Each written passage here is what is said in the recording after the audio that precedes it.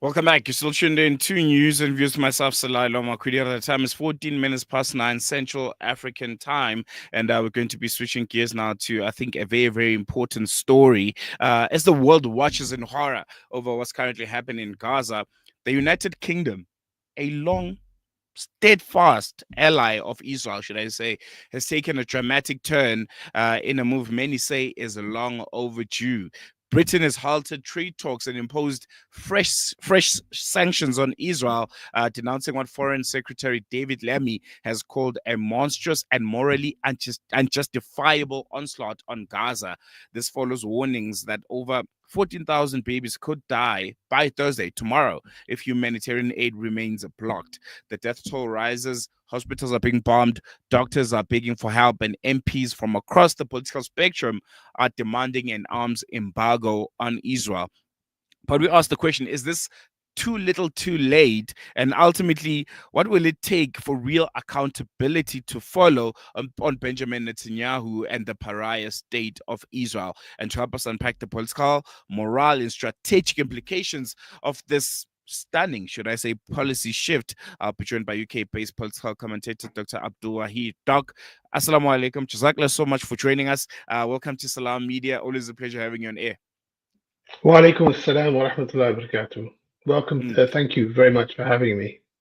Pleasure's all ours. I think we can kickstart the conversation with, that announcement, the suspension of trade talks and the fresh newly imposed sanctions on Israel by the British government. What can you tell us on this front? What do you make of it? And many MPs in the House of Commons say this is still not enough. What's the feel like? What's the energy like in the corridors of British government regarding this? Bismillah ar-Rahman ar-Rahim. Alhamdulillah. Salatu wassalam ala Rasulillah. Yes, you asked whether this is too little too late. I think it's even less than that. I think the British government has been dragged kicking and screaming by the change in opinion across the UK regarding their support for the Zionist occupation in Palestine. And what they have done effectively is the bare minimum to save face in front of their own supporters. I mean, when you look at what they've done, suspended trade talks, which would have benefited Britain and Israel, and put some sanctions on some settler groups, organizations, and individuals, which are meant to be illegal in international law anyway, so they should have been sanctioned long, long ago. Whilst doing that, Britain continues to maintain 6.3 billion worth of trade with Israel. It continues to support it as a key ally. It continues to repeat the rhetoric that Israel has the right to defend itself almost unconditionally. It continues to say that Israel is a democracy, which in some perverse way, instead of meaning that holds Israel to a higher standard, it seems to let them off the hook about the war crimes they're doing. It still continues to ignore what the International Criminal Court, which Britain is a signatory to and is supposed to be a supporter of, in terms of arrest warrants for politicians within the Zionist occupation. It still continues to have military support, which is perhaps the most crucial, because even till now, British reconnaissance planes flying from Cyprus go over occupied Palestine and provide the Israelis with intelligence. And the British government is not transparent about this. When Keir Starmer went to visit Cyprus over Christmas and the New Year, he said on camera to the troops that he was visiting, "What you are doing here is very important, but we can't tell people what that is." And more recently, in a gathering in London organized by some Zionists in the British Museum, where a British minister was present, she explicitly said that British provides intelligence provided by these troops from these reconnaissance flights. Now, Britain defends these by saying this is giving intelligence to Israel regarding the whereabouts of hostages. When one looks at the way this campaign has been carried out over the last 18 months and more, one can see it bears no resemblance to a plan that would rescue hostages. It is about ethnic cleansing. It is about killing everyone and destroying everything in its wake until it achieves that objective. And still, the British government tries to use the fig leaf of helping Israel to rescue hostages as a way, as a sort of get out of jail card for themselves without trying to implicate themselves in this. So what we've seen in the last 24 hours from the British government is literally the bare minimum they could do to save face in the face of a potentially impending famine.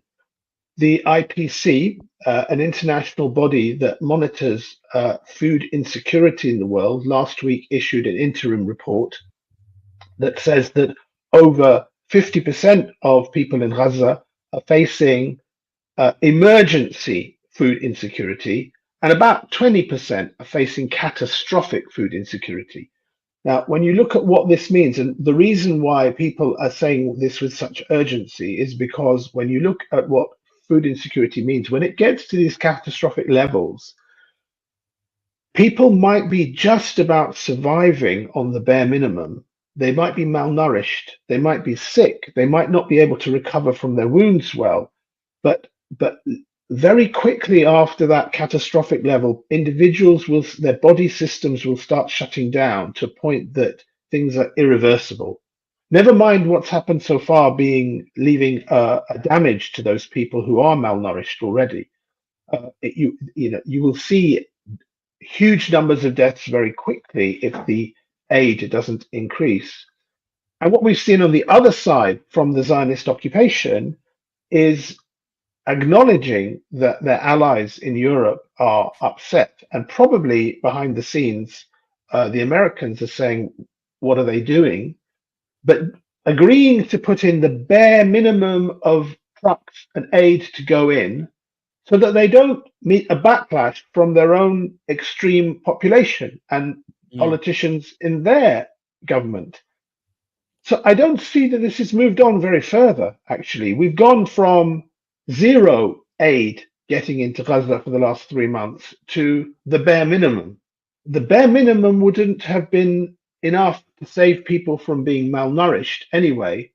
But when you're in a situation of emergency or catastrophic food insecurity, the bare minimum is not going to prevent that. It's literally giving a glass of water to put out a potential forest fire. And I think we need to see that until and unless any government in the world cuts off diplomatic relations, ceases trade, ceases defense cooperation, we're not going to believe what they're saying. And they are completely complicit in the genocide that is happening. That goes for the British government, that goes for the government of Egypt and Jordan and Turkey and the UAE and every government in the Muslim world that is continuing to ally with this occupation. Very, very important points that you're making. As I listen to you speak, I think you seem to be in line with many that argue that this action by the British government is merely symbolic. I mean, it's just a handful of individuals that are being sanctioned. A freeze on trade talks that weren't really going anywhere. Then the next question would be, what real power then does the UK have to influence Israel's actions on the ground? Oh, it has power. 6.3 billion worth of trade is significant. Continuing to supply arms is significant. Continuing to supply reconnaissance and military reconnaissance and aerial reconnaissance is significant. Let's not forget that Britain was amongst the governments, the states in the world that helped Israel repel a drone attack and missile attack from Iran. Let's not forget that Britain has very intimate relationships with the government of Jordan. Jordan will not cooperate with the Zionist occupation if Britain tells it not to. So it definitely has significant influence, and it can definitely make that occupation feel discomfort. But we hear from this side rhetoric. In the last 24 hours in our media here, they say, oh, perhaps Britain and perhaps France will recognize a Palestinian state in principle, as if this is going to change a famine or a genocide.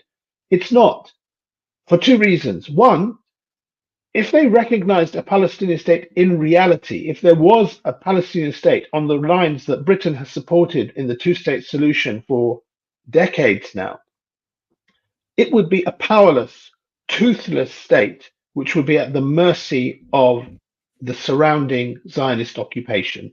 It would not be allowed to have armed forces. It would be completely held ransom over water and food and aid getting in.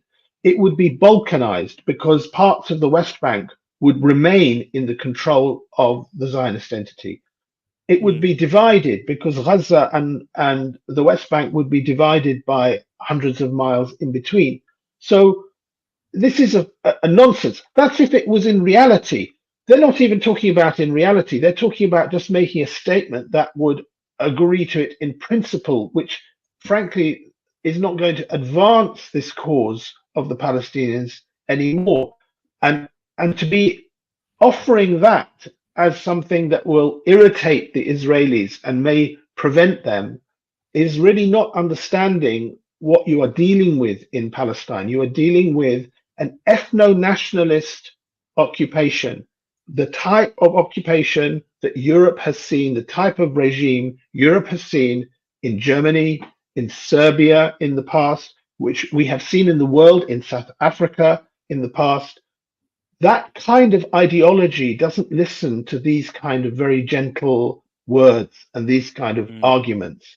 And when you see opinion polling within the Zionist occupation, 80% of people are behind what their politicians and their military are doing. There is, the 20% that are not behind it. Many of them are not even friends to the Palestinians, but they see what's happening is as excessive and not going to achieve the objective of releasing hostages. But 80% are behind that. With that kind of internal support, with the support of the United States, unless these powerful countries in the world decide they're going to change their attitude fundamentally to the Zionist occupation and leave it to itself, not encourage the neighboring regimes to support it and be the defense and the Iron Dome for it, not to offer support to it. Unless they do that, to leave it to itself, which they're not going to in any close period of time, I'm afraid, then we can't really believe a word they say. These are the parents, Britain, America, France, of a juvenile delinquent, Israel. These are parents who have let their child run riot for decades without disciplining it, without telling it to stick to the rules. And then we think that when they say something to their child, this juvenile delinquent child, that child is going to listen to the parents. No, it doesn't work like that in real life. It doesn't work like that in geopolitics. Very, very important points that you're making. I want to focus now, I think, on the language that was used by David Lammy. He called the situation monstrous and warned that Israel is becoming a pariah state. How significant is this kind of languaging, and does it maybe signal a turning point in UK's position, and ultimately considering where we were before when this kind of languaging was not used, this kind of aggression against Israel was not used in Britain's political circles, we could maybe start saying, well, there's at least a positive, whether you believe it's symbolic or not, but it's a beginning of a process. It's symbolic, yes. Well, it's not a beginning of a process necessarily. It is the bare minimum. To say Israel is becoming seen as a pariah state or some language like this, when for more than 18 months, most people around the world see it as a pariah state. When your own International Criminal Court has said there is a plausible genocide going on, when your own International Criminal Court has issued arrest warrants for leading politicians. To be saying now that it may be seen as a pariah state is bizarre. It really seems like a very, very slight change in the rhetoric.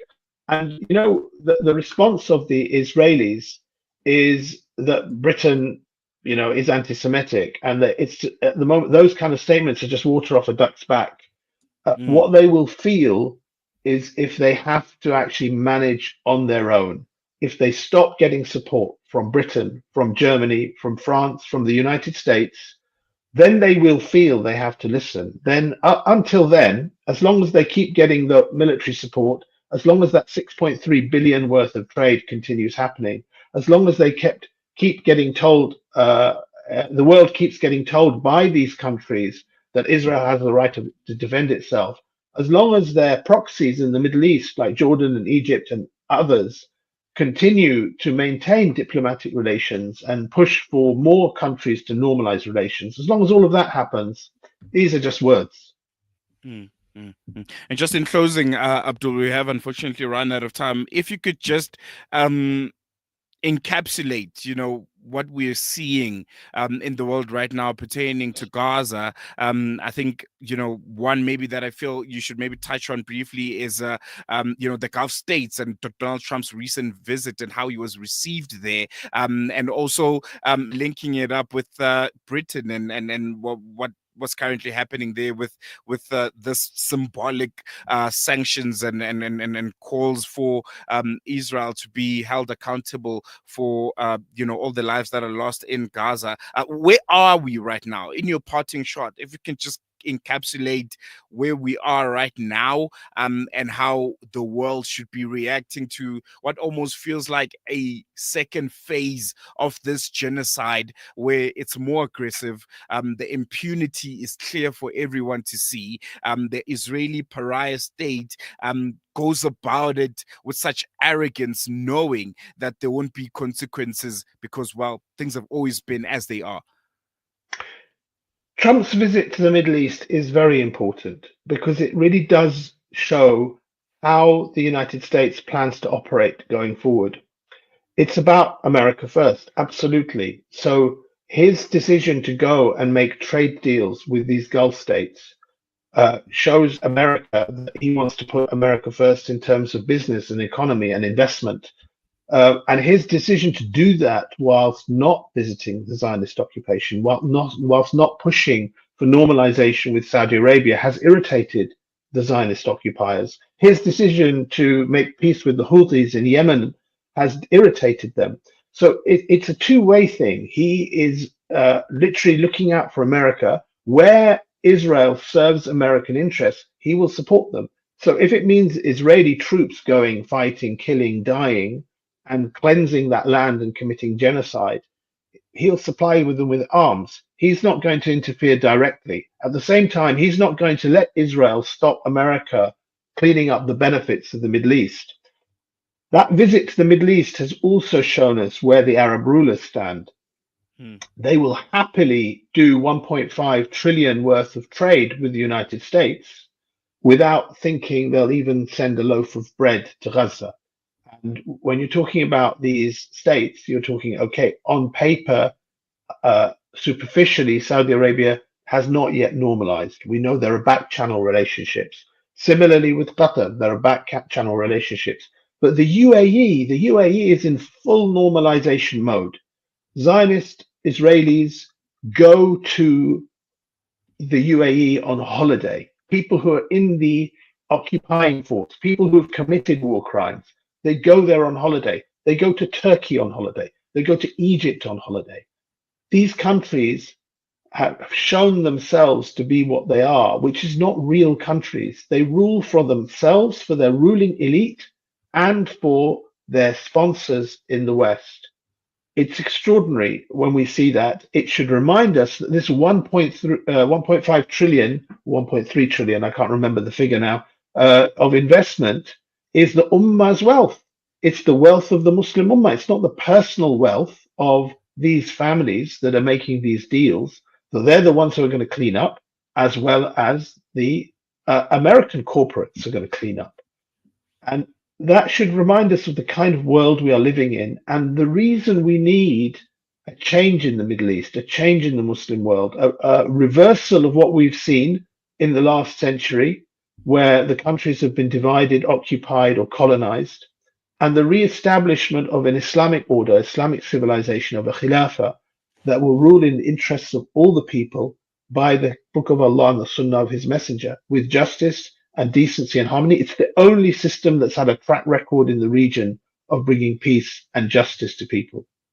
No, definitely going to leave it on that note. Abdul Wahid comes to us live from London. Thank you so much for joining us. Always a pleasure having you and Thank you getting for having those me. very important insights. Assalamu alaikum. Walaikum salam. There you go. Yeah, very, very important points that Abdul is making. What do you think? Do you think it's a little bit too late from the British government to announce those sanctions, to announce, what looks at face value to be a signal in UK's shifting position when it comes to the issue of Palestine? Or do you agree with those that argue that this is merely symbolic? It's just a handful of individuals that are sanctioned and a freeze on trade talks that weren't really going anywhere. But in real terms, the UK wields a lot more power. It's still selling arms to Israel, and it hasn't fully cut any kind of diplomatic ties with them. So this is just symbolic. This is just for show. Abdullah Shabala says UK still supplies the apartheid to Nazi state with bombs and jets. The Prime Minister's kid Stava has been overt for his support of the Holocaust in Gaza, and the only crackdown in the UK are against protests. Or are you maybe on the side of those that say, we come from a place where this kind of languaging by the British government was never used. We come from a place where you wouldn't even imagine the British government dishing out any kind of sanction or freezing any kind of trade talk with Israel. And we should start seeing this as a start of a process of a bigger kind of action against the pariah state of Israel. Or it's a little too late and wields no kind of impact whatsoever as millions and millions of children continue to starve and die under the rubble in Gaza. You can engage with us on our various social media pages. You can send us a WhatsApp voice note. Our line is 061-766-0355, or you can give us a call on 011-680-0355. News and Views is going to take a quick break. We'll be with you after this.